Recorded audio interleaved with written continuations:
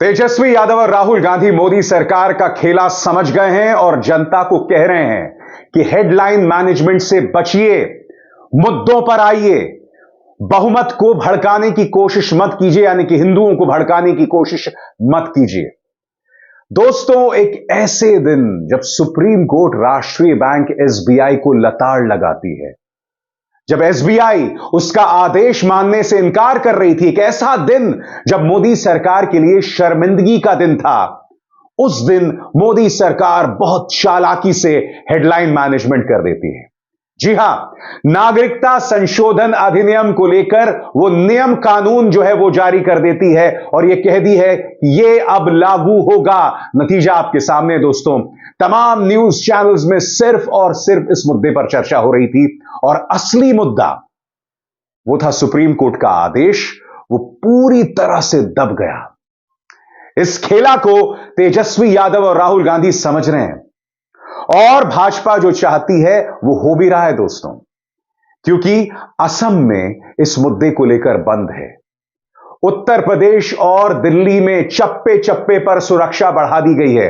मैं एक बात स्पष्ट कर दूं दोस्तों, सीएए को लेकर किसी की नागरिकता नहीं जा रही, मगर भारतीय जनता पार्टी चाहती है कि इस तरह की अफवाह जो है वो मैदान में हो, फिजा में हो। क्यों? क्योंकि इससे लोगों में असुरक्षा होगी, वो मैदान में उतरेंगे। और भाजपा इस तरह की अराजकता चाहती है क्योंकि इससे उसे चुनावों में फायदा मिलेगा। और कुछ लोग ऐसे हैं जो कि अपनी राजनीति के लिए इन अफवाहों को फैला भी रहे हैं, जबकि आप जानते हैं सीएए धार्मिक तौर पर पक्षपात जरूर करता है। यानी कि 2014 से पहले जो लोग भारत आ गए थे, गैर मुसलमानों को वो नागरिकता देता है। धार्मिक तौर पर यह पक्षपात जरूर करता है, जो कि देश की संवैधानिक मान्यताओं के खिलाफ है, देश की जो सेक्युलर कॉन्स्टिट्यूशन है उसके खिलाफ है, मगर उससे किसी की नागरिकता पर असर नहीं पड़ रहा है। हां, सीएए को अगर आप एनआरसी के साथ मिलाते हैं, यानी कि नेशनल रजिस्टर ऑफ सिटीजन्स के साथ मिलाते हैं, तब दिक्कतें पैदा होती हैं। मगर अभी हम बात सिर्फ सीएए की कर रहे हैं। मगर जैसे ही यह घोषणा होती है, गोदी मीडिया पूरी तरह से आग को भड़काना शुरू कर देता है और फिर असम में खबर आती है बंद की, और माहौल को धीरे धीरे कई लोग उग्र कर रहे हैं। यानी कि भाजपा जो चाहती थी वो हुआ, जिस तरह का वो हेडलाइन मैनेजमेंट चाहती थी वो हो गया, और कहीं ना कहीं सुप्रीम कोर्ट का जो अहम आदेश था वो पूरी तरह से दब गया। आज की तारीख में भाजपा सरकार से इलेक्टोरल बॉन्ड्स पे सवाल होना चाहिए, एसबीआई पर सवाल होना चाहिए, चुनाव आयोग की निष्पक्षता पर सवाल होना चाहिए, क्योंकि अरुण गोयल ने रहस्यमय तरीके से इस्तीफा दे दिया। चुनाव आयुक्त अरुण गोयल ने, इस पर कोई मीडिया चर्चा नहीं कर रहा है।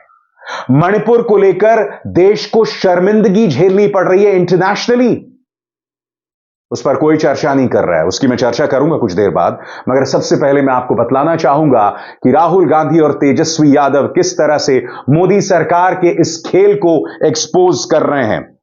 आपके सामने तेजस्वी यादव का बयान, जो ये समझाने की कोशिश कर रहे हैं कि देश के बहुमत को इन मुद्दों में मत उलझाइए, उसे चाहिए नौकरी, रोजगार। और वो क्या कहते हैं, एक एक शब्द पर गौर कीजिएगा। धर्म की राजनीति के बाहर देश की बहुसंख्यक आबादी है जो नौकरी, अच्छी शिक्षा, स्वास्थ्य व्यवस्था, विकास और रोजगार मांगती है। यही देश की बहुसंख्यक आबादी महंगाई, गरीबी और बेरोजगारी से त्रस्त है। पिछले 10 सालों में बीजेपी शासन में खाद्य पदार्थों के दामों में अप्रत्याशित वृद्धि हुई है। गैस सिलेंडर 400 के बजाय 1000 से अधिक का हो गया है। रसोई का सारा बजट गड़बड़ा गया है। मध्यम और निम्न मध्यम वर्ग महंगाई और बेरोजगारी से परेशान है। विगत 46 सालों में देश में सबसे अधिक बेरोजगारी दर है। नई नौकरियां देना तो दूर, मोदी सरकार निजीकरण कर पहले से कार्यरत कर्मचारियों की नौकरियां छीन रही है। निजी क्षेत्रों में नौकरियां घटी हैं। देश में गरीबी का आलम यह है कि खुद मोदी सरकार मानती है कि 80 करोड़ लोगों को मुफ्त राशन वितरण करना पड़ रहा है।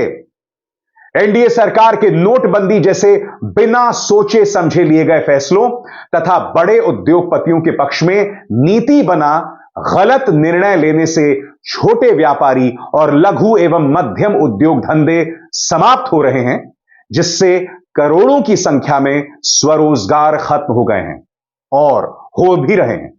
बीजेपी सरकार ने संवैधानिक संस्थाओं का दुरुपयोग कर उनकी विश्वसनीयता को समाप्त कर दिया है।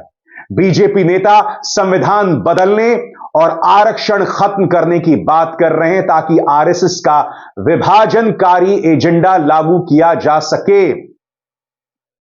साथ ही में तेजस्वी यह भी कहते हैं कि ध्यान भटकाने के लिए चुनाव से पहले भाजपा प्रपंच जो है वो रचती है, हेडलाइन मैनेजमेंट करती है और 10 सालों से वो यही कर रही है और देश की जनता पहचान भी रही है। आपने गौर किया होगा दोस्तों, उन्होंने संविधान बदलने की जो बात कही थी, ये बात क्यों सामने उभर कर आई? क्योंकि अनंत हेगड़े जो कि भाजपा के नेता सांसद हैं, वो ये कह रहे हैं कि हमें 400 सीटें दे दीजिए, राज्यसभा में बहुमत दे दीजिए, इससे हम संविधान बदल देंगे, बाबा साहब अंबेडकर का संविधान बदल देंगे। उस संविधान को अनंत कुमार हेगड़े जो हैं वो हिंदू विरोधी बताते हैं। खुलेआम ये व्यक्ति संविधान का अपमान कर रहा है, मगर आप गोदी मीडिया में इसकी कोई चर्चा नहीं सुनते। प्रधानमंत्री इस पर पूरी तरह से खामोश हैं। यही सवाल राहुल गांधी भी उठा रहे हैं। क्या कह रहे हैं राहुल गांधी? आपके स्क्रीन पर भाजपा सांसद के संविधान बदलने वाले बयान पर नरेंद्र मोदी की चुप्पी खतरनाक है। अब चुनाव दो विचारधाराओं के बीच में है, संविधान या संघविधान, सामाजिक न्याय या शोषण, धर्मनिरपेक्षता या सांप्रदायिकता, नागरिक अधिकार या बेबस जनता, बोलने की आजादी या डर भरी चुप्पी, मोहब्बत या नफरत, विविधता या एकाधिकार, न्यायपूर्ण व्यवस्था या तानाशाही अन्याय। आजादी के संघर्ष से मिली भारत की सबसे कीमती धरोहर संविधान को बदलने का मतलब देश को गुलामी की ओर ढकेलना है। आने वाली पीढ़ियों के भविष्य का फैसला अब आपके हाथों में है। राहुल और तेजस्वी संविधान को बदलने की जो बात लगातार भाजपा के नेता कर रहे हैं, जिसमें प्रधानमंत्री पूरी तरह से खामोश हैं, वो लगातार उठा रहे हैं। और यही नहीं, राहुल गांधी ये भी कह रहे हैं कि इलेक्टोरल बॉन्ड्स को लेकर, चुनावी चंदे को लेकर यह सरकार पूरी तरह से एक्सपोज हो गई है, मगर मजाल है कि कोई मीडिया इस मुद्दे को उठाए। क्या कह रहे हैं राहुल गांधी, उस पर गौर कीजिए। राहुल कहते हैं नरेंद्र मोदी के चंदे के धंधे की पोल खुलने वाली है। 100 दिन में स्विस बैंक से काला धन लाने का वादा कर सत्ता में आई सरकार अपने ही बैंक का डेटा छिपाने के लिए सुप्रीम कोर्ट में सिर के बल खड़ी हो गई। इलेक्टोरल बॉन्ड्स भारतीय इतिहास का सबसे बड़ा घोटाला साबित होने जा रहा है, जो भ्रष्ट उद्योगपतियों और सरकार के नेक्सस की पोल खोल नरेंद्र मोदी का असली चेहरा देश के सामने लेकर आया है। क्रोनोलॉजी स्पष्ट है, चंदा दो धंधा लो, चंदा दो प्रोटेक्शन लो, चंदा देने वालों पर कृपा की बौछार और आम जनता पर टैक्स की मार, यही है भाजपा की मोदी सरकार। आज ये दोनों नेता इस मुद्दे को उठा रहे हैं, मगर साहब मजाल है इनकी आवाज की गूंज आप किसी भी गोदी मीडिया न्यूज चैनल पे सुने। मैं आपसे एक सवाल पूछना चाहता हूं, क्या इन मुद्दों को तरजीह नहीं मिलनी चाहिए? बड़ा सवाल यह कि विपक्ष को अब जगह ही नहीं दी जा रही है। 2 महीने बचे हैं दोस्तों, आपको समझना पड़ेगा भाजपा चुनाव में क्या महीन खेल खेल रही है, क्या चतुराई से खेल खेल रही है। पूरी तरह से उन्होंने हेडलाइन मैनेजमेंट किया हुआ है। कोई गोदी मीडिया उन मुद्दों की चर्चा नहीं कर रहा। मैं आपसे एक सवाल पूछना चाहता हूं, इलेक्टोरल बॉन्ड्स और एसबीआई, चुनावी चंदा और एसबीआई की बेइज्जती, क्या इससे कोई बड़ा मुद्दा हो सकता है? चुनावों से 2 महीने पहले अरुण गोयल इस्तीफा दे देते हैं। खबरें यह आ रही हैं कि वो सरकार के कई मुद्दों से इत्तेफाक नहीं रखते। अब चुनाव आयोग में सिर्फ एक व्यक्ति है जो कि मुख्य चुनाव आयुक्त हैं। 15 तारीख को प्रधानमंत्री नए चुनाव आयुक्तों का चुनाव करेंगे। यह बात आपको अटपटी नहीं लगती कि चुनावों से कुछ ही दिनों पहले इस्तीफा दे दिया गया? क्यों इस्तीफा दिया गया? क्या कारण है? क्या रहस्य है? मीडिया इसकी बिल्कुल भी पड़ताल नहीं कर रही है।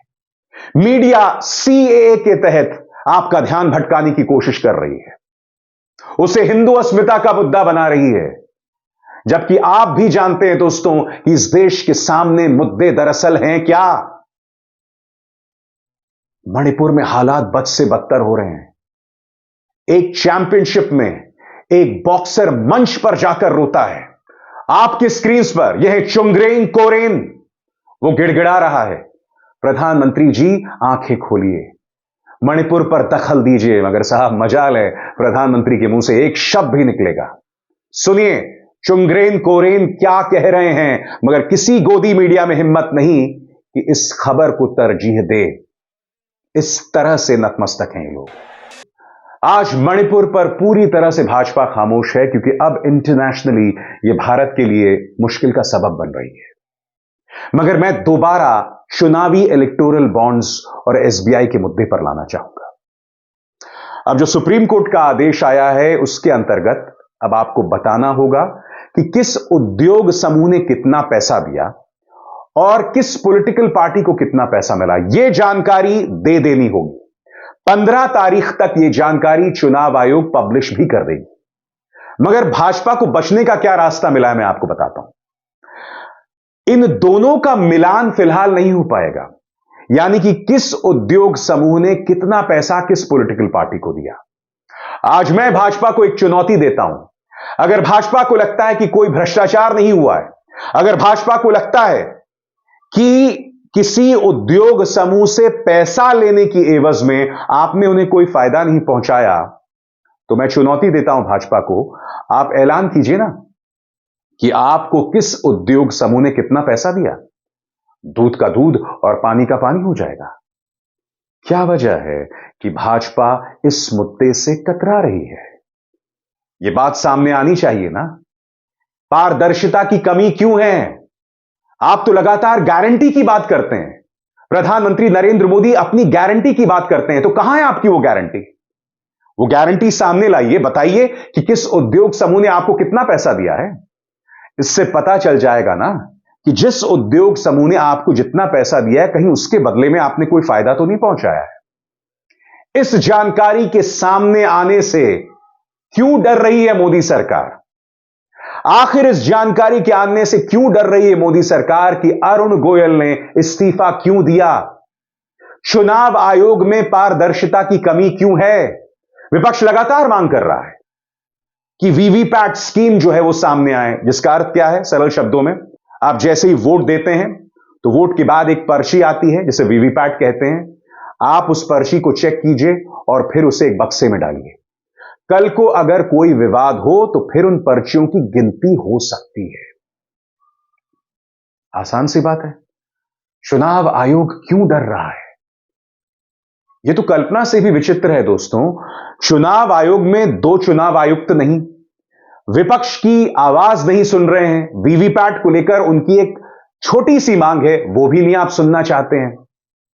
इलेक्टोरल बॉन्ड्स को लेकर सुप्रीम कोर्ट आपको शर्मसार कर रहा है। क्या ये मुद्दे नहीं हैं? मुद्दे यही हैं। यही वजह है कि तेजस्वी और राहुल कह रहे हैं कि इन मुद्दों से मत बचिए, इन मुद्दों पर बने रहिए। अभिसार शर्मा को दीजिए इजाजत। नमस्कार। स्वतंत्र और आजाद पत्रकारिता का समर्थन कीजिए, सच में मेरा साथी बनिए। बहुत आसान है दोस्तों, इस ज्वाइन बटन को दबाइए और आपके सामने आएंगे ये 3 विकल्प, इनमें से एक चुनिए और सच के इस सफर में मेरा साथी बनिए।